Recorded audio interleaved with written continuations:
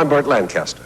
In World War II, the Russians were fighting along a 2,000-mile line, which extended from the Black Sea to a point beyond the Arctic Circle. This is the Black Sea, and here is the ice-free seaport of Murmansk, in the northernmost part of the Soviet Union.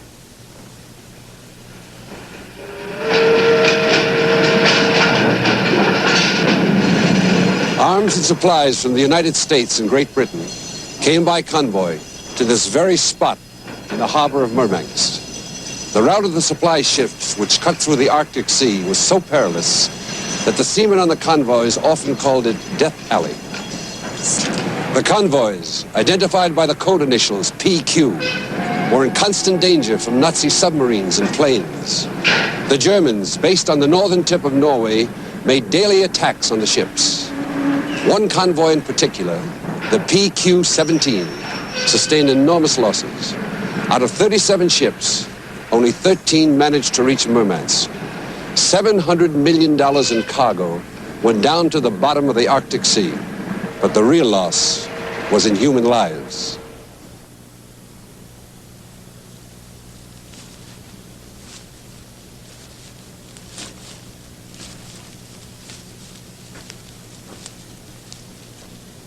American, British, and Russian men lie here in the cemetery of the Allied forces in Murmansk, killed in their attempt to bring food, tanks, and other supplies to the Russian people. Russell Bennett, ordinary seaman, United States Merchant Marine. J. Connolly, Maritime Regiment Royal Artillery, British. Alexei Prokhorov, Russian seaman. These men gave their lives in a common cause, in the Unknown War. Now, our story, War in the Arctic.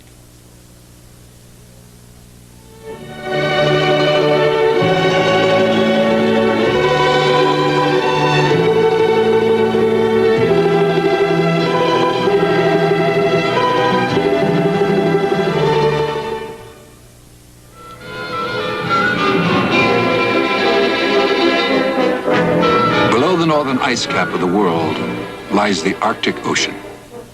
Perpetually cold, shaken by sudden storms, its waters are never at rest.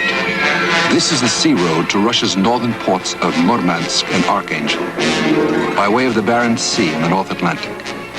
In the Unknown War, a battlefield.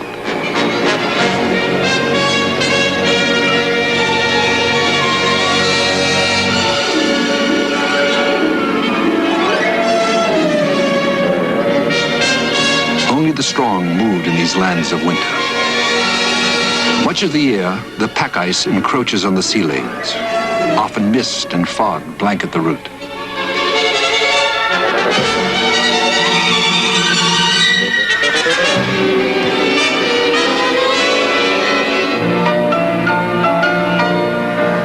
Two years before the war, a Soviet polar expedition trekked over the ice fields to investigate the strategic and scientific possibilities of the Arctic. Its leader was Ivan Papanin, who shortly was to put his knowledge to military use.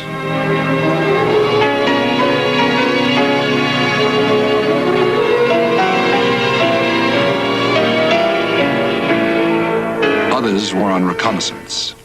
The ships and planes of Nazi Germany, harbingers of the coming conflict. On April 9th, 1940, the Germans assaulted Norway, whose northern coastline jutted into the Arctic sea lanes. The barren mountains of the north were rich in cobalt, copper, nickel, strategic materials vital to the German war machine.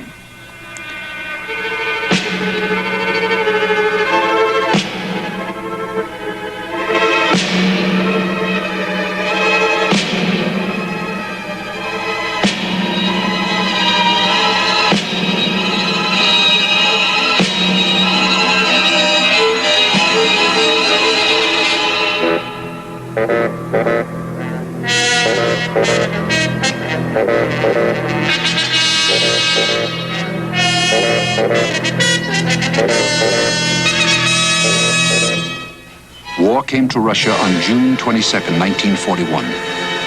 Using its Norwegian bases, the German Navy roamed through the barren straits, intent on closing Murmansk, Russia's only northern port that was ice-free year-round. The German capital ships were new and powerful.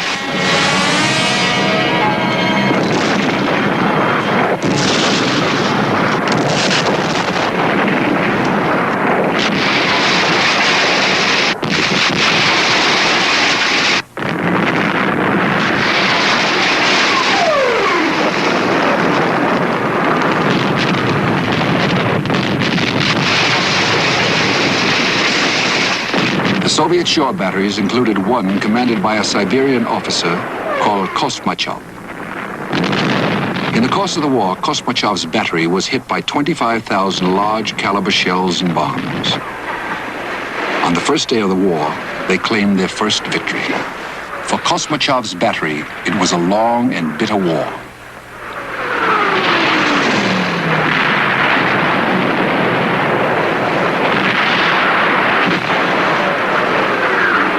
Though the Germans enjoyed air superiority in the Arctic, they could not exercise it with impunity.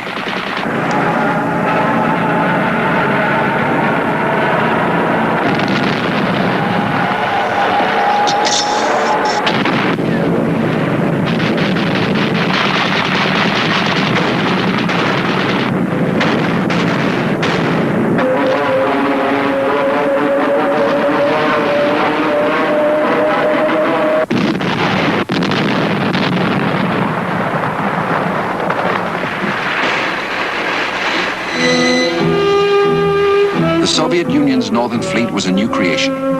It did not have many ships, but they were among the most modern. Its installations and the men who manned them were new and young. Its commander, Admiral Arseny Golovko, was only 35. Talented and aggressive Golovko had put his fleet on red alert the night before the German invasion, on orders from the Commander-in-Chief of the Soviet Navy.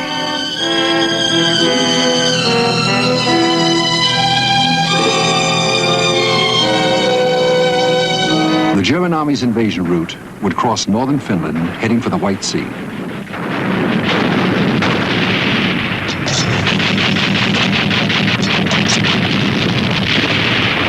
The Germans sent in specialized troops, mountain infantry from Tyrol and Bavaria, supported by Finnish ski troops. The Wehrmacht's successes in Norway had been swift, and the troops were confident.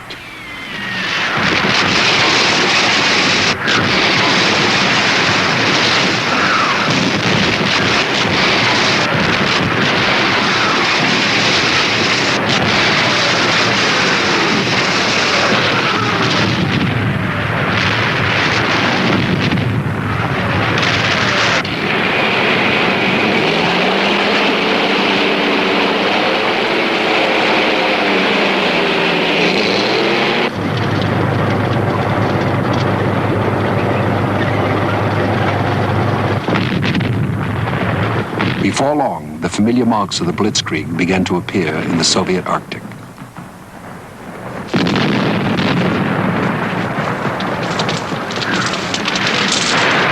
Back in Germany, they enjoyed the newsreels showing how easy it all was, what fun the troops were having in the lands they conquered.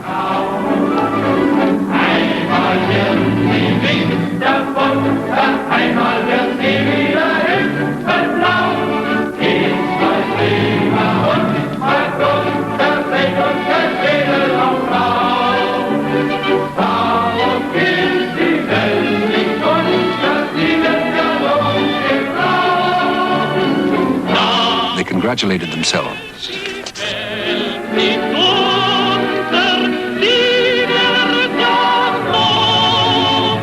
Murmansk was only 40 miles away.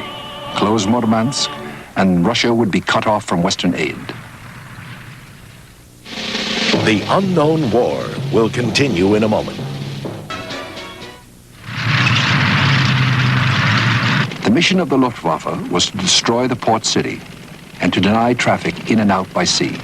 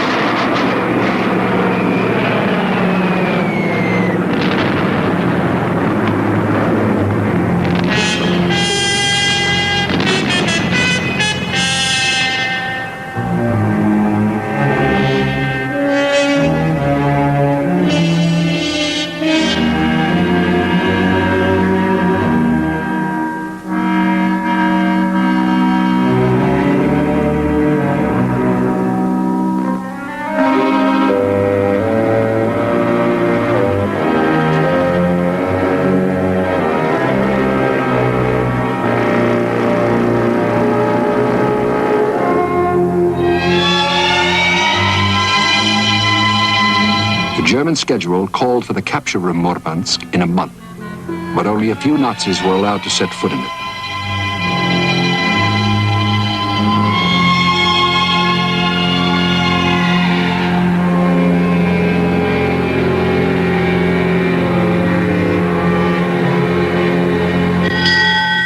Others met their end in the harbor waters.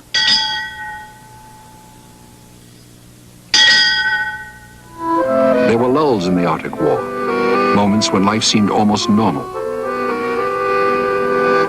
The defenders of Murmansk knew, however, that the issue would be decided at sea. The Germans had been halted on land, but on the open ocean, they were paramount. На полдень отчизна зовет, мы вышли в открытое море, суровый и дальний поход. А волны и стонут, и плачут, и блещут на борт корабля. Растаял в далеком тумане рыбачий, родимая наша земля. Murmansk was an important submarine base. The Soviet boats ranged through the Barents Sea and along the Norwegian coast, hunting the freighters carrying ore for Germany's steel mills. This submarine was built with contributions from the children of Siberia. This is its dedication ceremony. The submarine's commander was Captain Fisanovich, made a hero of the Soviet Union for sinking 12 freighters and transports. After the United States entered the war, he and others also received American decorations. Fisanovich pledged his life to the Allied cause. Soon afterwards, the pledge was honored. His submarine was lost at sea. While the land war in the far north was at a stalemate, the ocean battle increased in ferocity.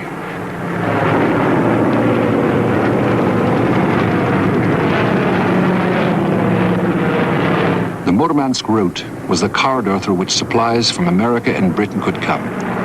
The Germans were determined to dominate it with their superior forces.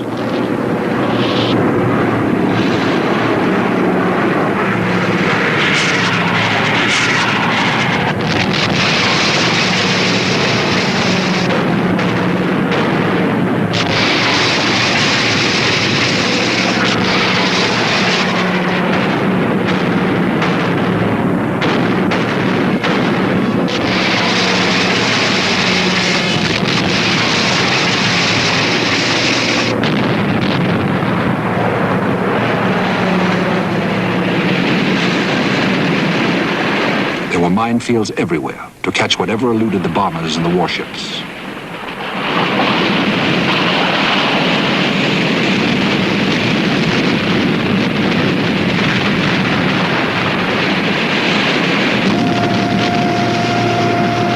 One of the best remembered of the Soviet commanders is Nikolai Lunin. His tally of enemy warships and transports sunk totaled 13. Lunin later joined the Allied attack on the German battleship Tirpitz.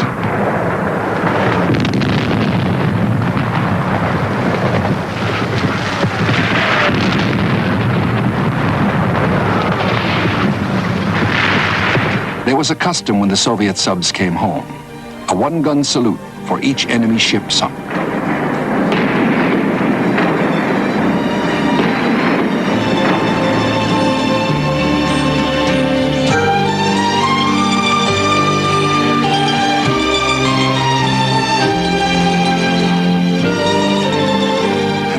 Domestic customs.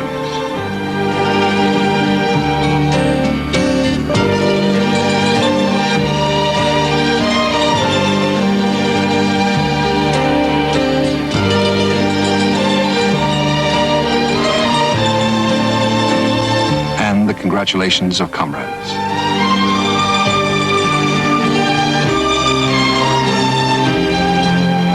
It was the most remote of battles, out of sight in the cold reaches of the ocean. A lonely fight.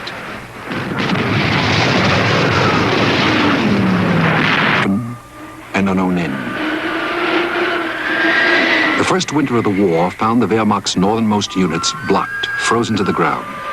There would be 311 days of blizzards and extreme frost.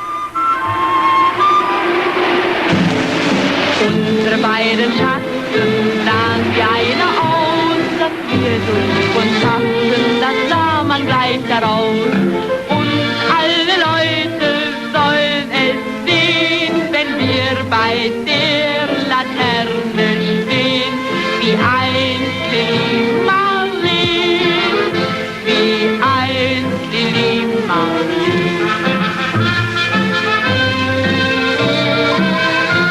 This was a relatively quiet front. Further south, their comrades were suffering under the full weight of the Red Army. Up here, there was nothing worse than a dose of cod liver oil.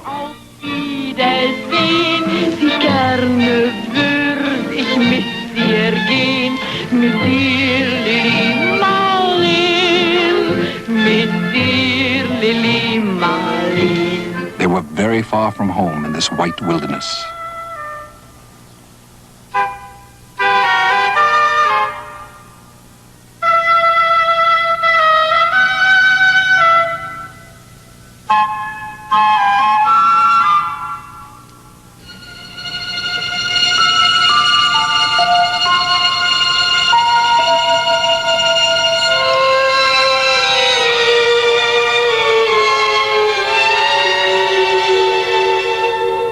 Soviet raids came with terrifying speed. Soviet Marines would race across the tundra and strike ferociously. There was no warning.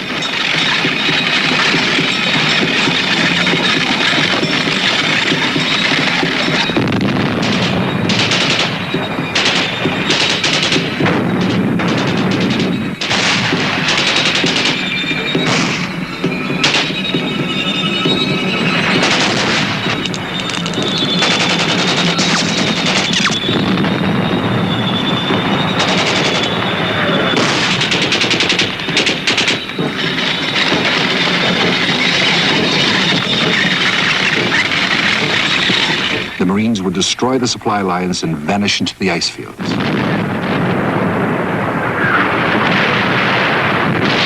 The Germans had no means of countering the raids.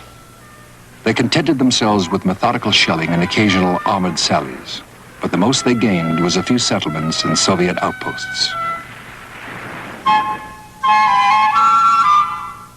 The Unknown War will continue in a moment. War in the Arctic. The Nazis turned Murmansk into a heap of rubble, but they could not prevent it from operating.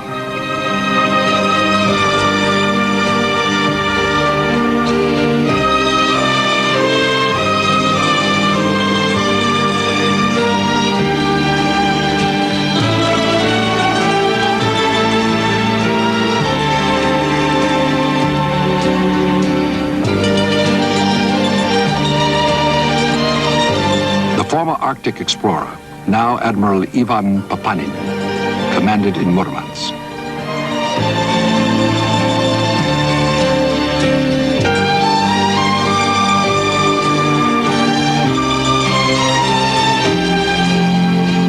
Papanin had an old friend, Vladimir Voronin, captain of the old icebreaker, Sibiryakov.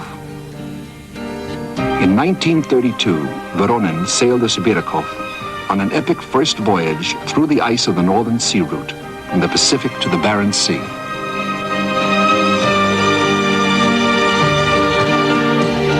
Early in the war, the Sibiryakov fell afoul of the German battleship Admiral Scheer and was destroyed.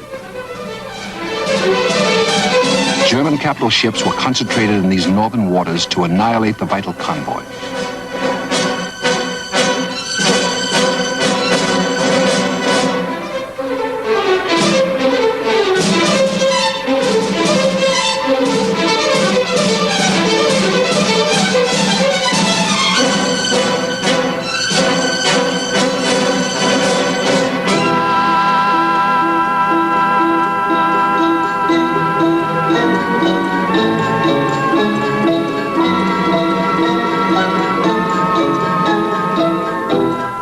The surface lurked wolf packs of German submarines.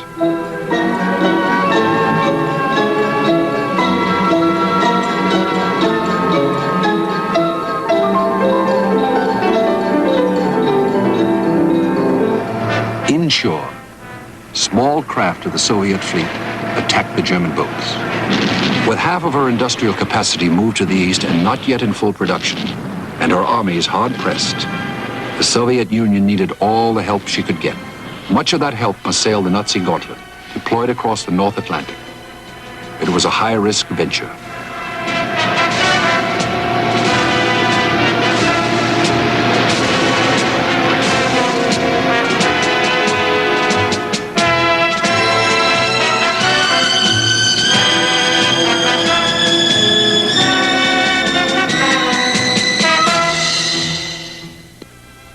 The first convoys left Britain in March 1942. Not all the ships made it to Murmansk. Late in June 1942, the Western Allies assembled the biggest convoy yet, codenamed PQ-17. 37 American, Canadian, and British ships. Waiting for it was the main strength of the German Navy. The capital ships, Tirpitz, Hippe, Scheer, and Lützow, and 10 destroyers. Also the dive bombers and torpedo bombers of the Luftwaffe squadrons in Norway. PQ-17's escort consisted of 6 destroyers and 2 anti-aircraft ships.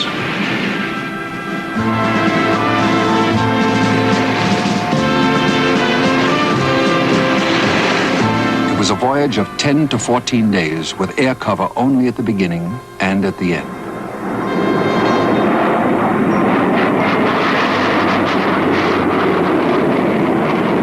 The Nazi wolf packs all the way.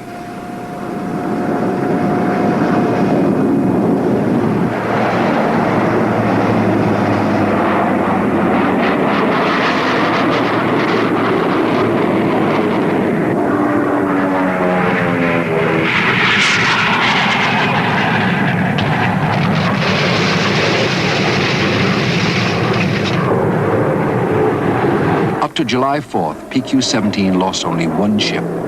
2 had been damaged and turned back. It was north of the Norwegian coast when disaster hit. The British Admiral Tovey, in command, believing the German fleet was approaching, ordered the convoy to disperse. It was suicidal. The ships were loaded with tanks, food, shell presses, medical supplies, and thousands of tons of high explosives. The German bombers hunted down their scattered targets one by one. PQ-17 lost 24 of its 37 ships. $700 million worth of cargo sunk.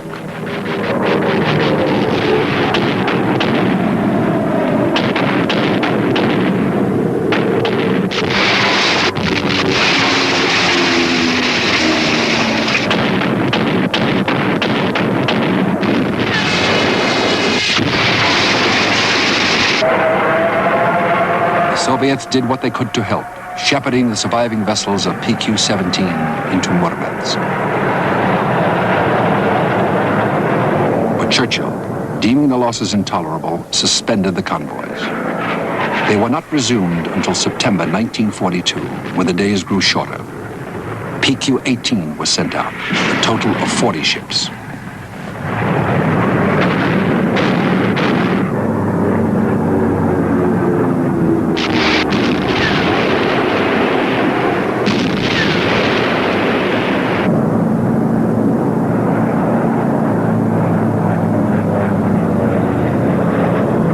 Luftwaffe found PQ-18 far from a friendly shore, off John Mayer Island, south of Greenland. Of the convoy's 40 ships, 13 sank in a running battle that exhausted the gun crews. Once more, Churchill suspended the convoys.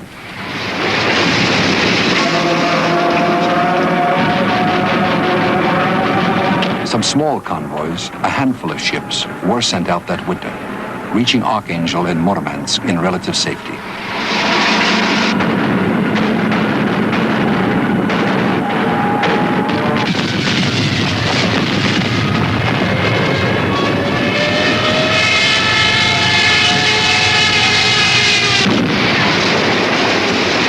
Merely surviving the Murmansk run seemed miraculous. In all, throughout the war, some 60 ships were lost. 811 warships and freighters made it. None did so easily. At the best of times, it was a hazardous journey, through unpredictable storms and pitch-black fog. The sea was so cold that anyone lost overboard had no hope of survival. As a battlefield, it was a nightmare. cost the lives of thousands of American, British, and Soviet sailors.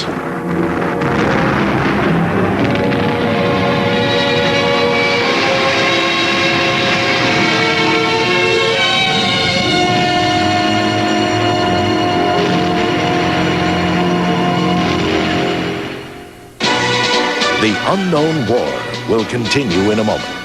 To War in the Arctic.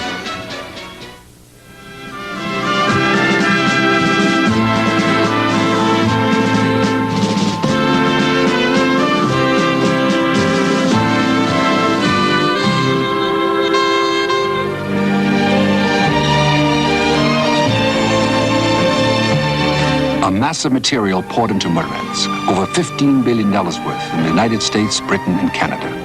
10,800 tanks, 18,700 aircraft, 9,600 artillery pieces, heavy industrial machinery, trucks, hospital equipment, and medical supplies.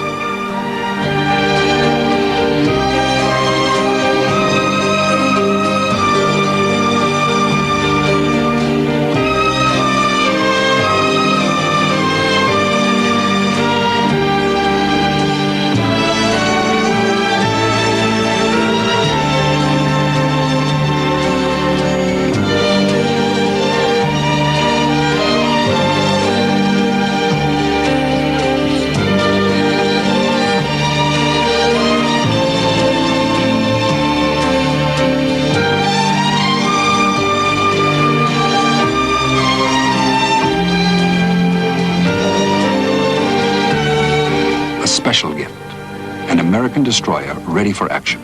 The Soviets named it Murmansk.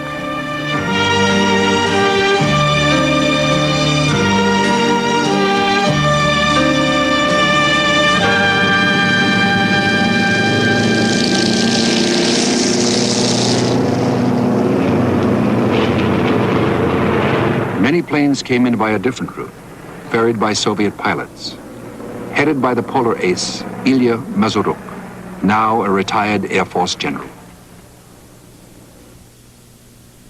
In the difficult years of World War II, I was head of the air route between Alaska and Siberia. This is the route.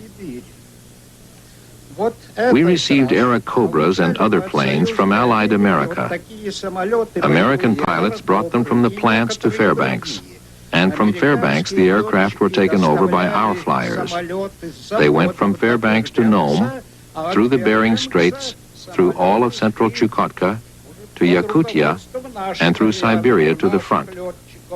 Вот трасса даже проходила так, от Фербенкса на Ном, через Берингов пролив, через всю центральную часть Чукотки, на Якутию и через Сибирь. И далее до фронта, а до фронтов было далеко. Более 10 тысяч километров еще надо было провести американские боевые самолеты. Трасса была необыкновенно суровой, 60-градусные лютые морозы, безлюдные места, климатические условия были необыкновенно суровыми. Ну, например... But it was a long way to the front. These complicated and sensitive aircraft had to go another 10,000 kilometers or more under hard weather conditions. The route was unbelievably difficult. 60 degrees below zero, uninhabited in places, and unusually severe climatic conditions. For instance, a flyer might have to make a forced landing in the mountains. For a whole month, we would have to fly in food for him. We didn't have helicopters then, so he was rescued by a deer sledge. We took about 2,000 planes a year on that route. Our factories had already made 40,000 planes. The war took many a plane, but this assistance was very symbolic due to our friendship and purposefulness. It's been a long time, but I still remember the friends that I made among the Americans, like Kachigman, Major Mibik, the base commanders. I still have a photograph. He signed it to my best friend, Colonel Mazurek. For the rest of my life, I will always be grateful to those Americans who gave us so much help. I hope I was able to return some of their kindness when I rescued many American and British sailors whose ships had been torpedoed in the Barents Sea.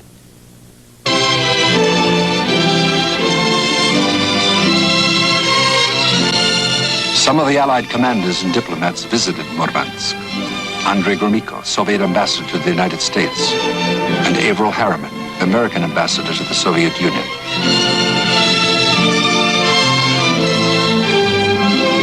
The Soviet Embassy in London, 1942.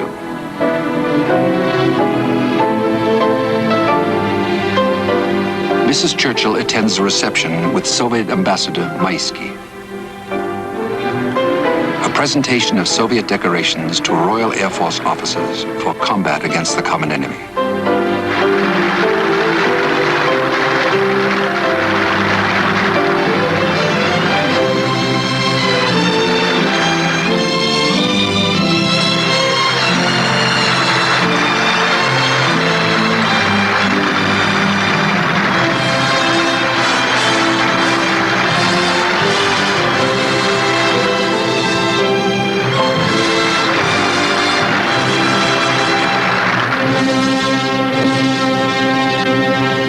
Two squadrons of British fighter planes were assigned to the Arctic War.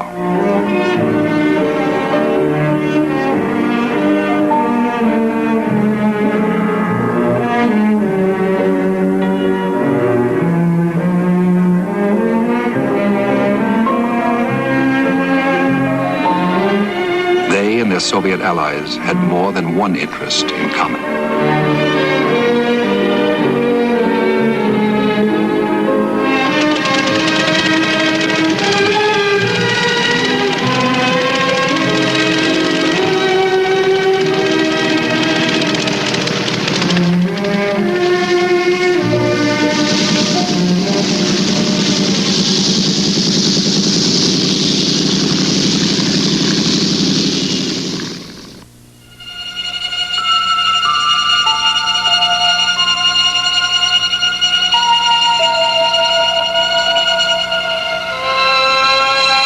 Local transportation in the Arctic was adapted to wartime use. Much of the ordnance for the polar bases came into Murmansk by ship, from Murmansk by less orthodox means.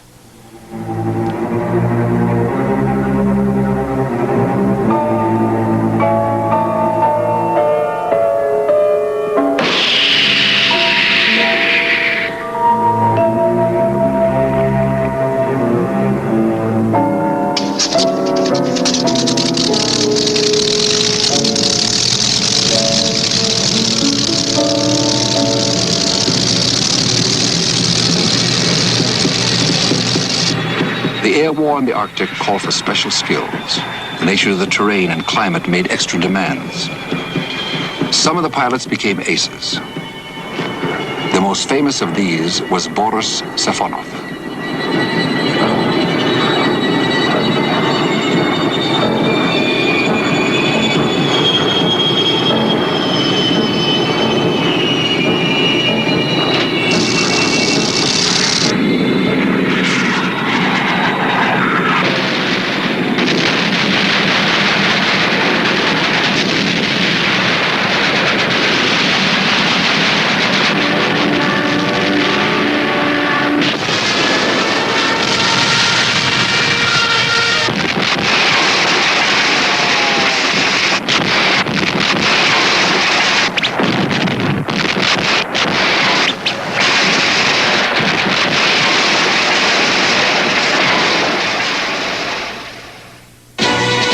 The Unknown War will continue in a moment.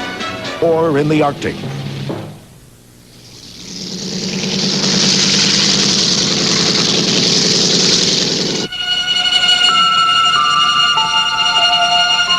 Safonov made his first kill on the second day of the war. His total eventually came to 22. Whenever an opportunity presented itself, Safonov took it. Safonov, a son of a farmer, was a member of the Communist Party. he rose to the rank of lieutenant colonel in the Naval Air Force. The first Soviet pilot to be made a hero of the Soviet Union twice over, he also collected British awards for valor. Boris Safonov did not live to enjoy the peace. He was killed flying protection over an Allied convoy. In 1944, the Red Army was everywhere on the attack. The Soviet High Command completed its plans for the Arctic Front. Its troops in Karelia were to break through to Petsamo and Pechenga. The blow fell early in the morning of October 7, 1944.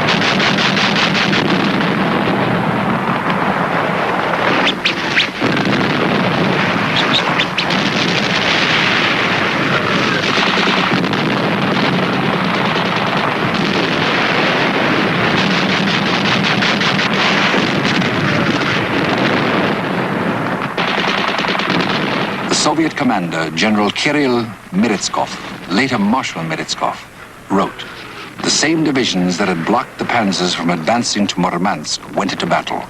They were hardened soldiers, reliable and courageous fighters."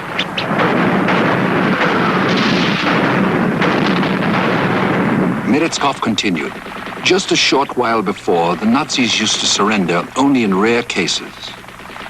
But here, thousands of them gave themselves up, understanding that otherwise they could only await a different end."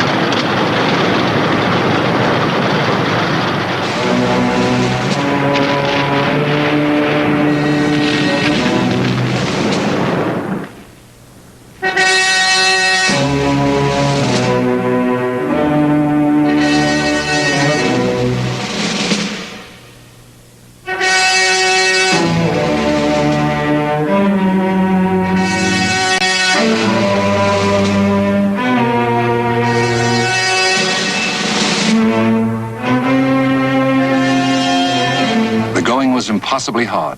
In parts of it, only the infantry could move, taking with them only what they could haul with their own hands. It took a week to reach Pechenga, fighting all the way, both the Nazis and the terrain.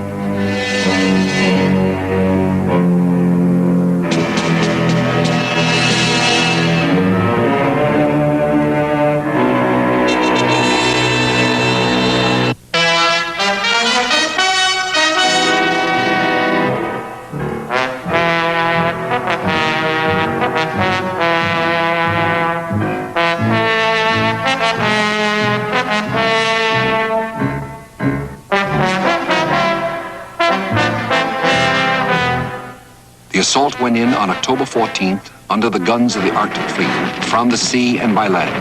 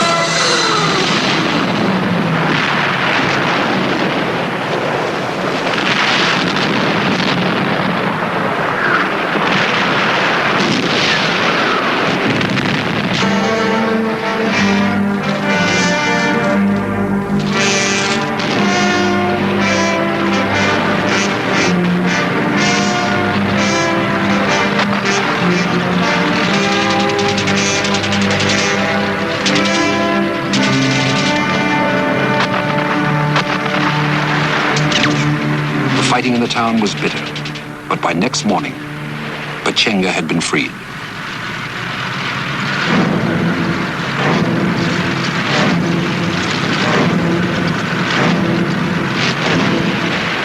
Once more, the paradox. The town had to be destroyed in order to achieve its liberation. By a miracle, the church had survived, as it had for 400 years.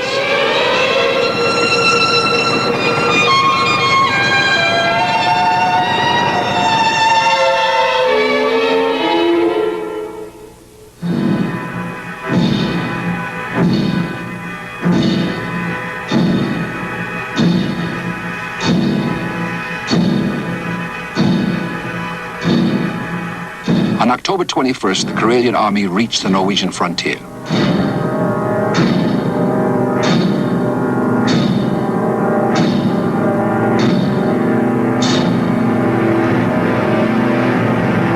Two days later, it took Nikkel. On October 25th, Kirkenes.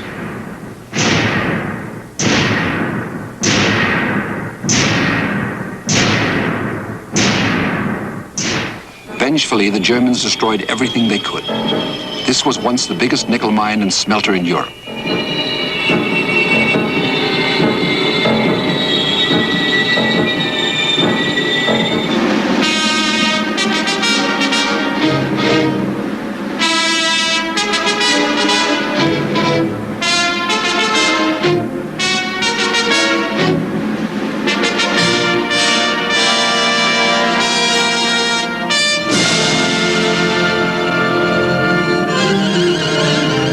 After 4 years of Nazi oppression, the Norwegians greeted the Soviets with open arms.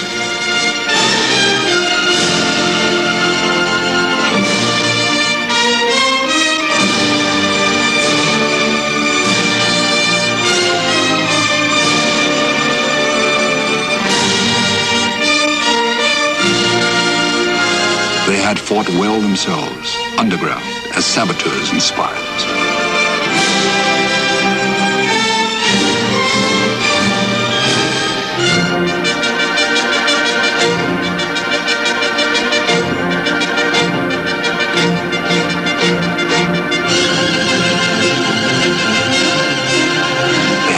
Jews, despised the Nazis. Now the long nightmare was over. They had been given back their pride.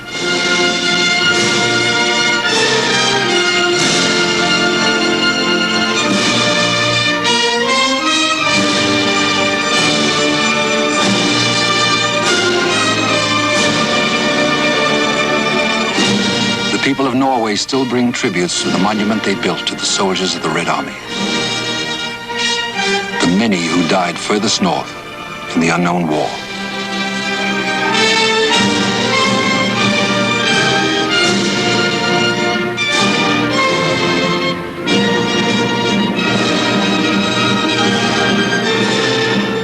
Another monument in Murmansk, erected and kept by the Soviets in memory of the losses of their allies and the victory they won side by side. The victory that brought Murmansk, Archangel, and the Arctic seas back to their peaceful purposes.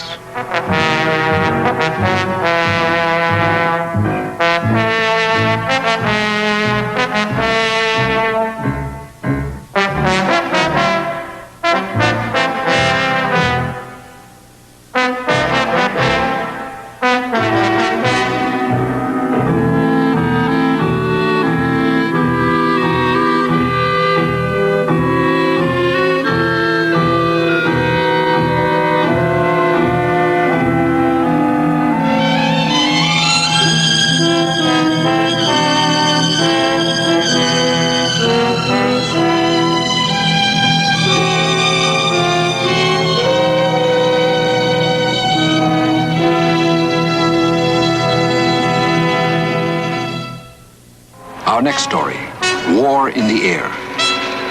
On the first day of the Nazi surprise attack, the Red Air Force lost half of its combat planes. Yet by the end of the war, the Soviets had accounted for 20,000 German pilots. Many planes made in the United States took part in that battle. One of the least reported in the Unknown War.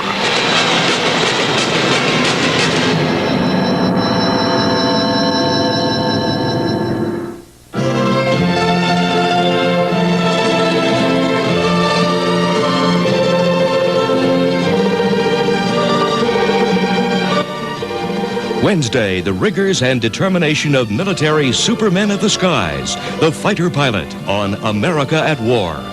Later on Our Century, Mao Zedong and Hirohito's political legacies in Asia on The Last Emperors.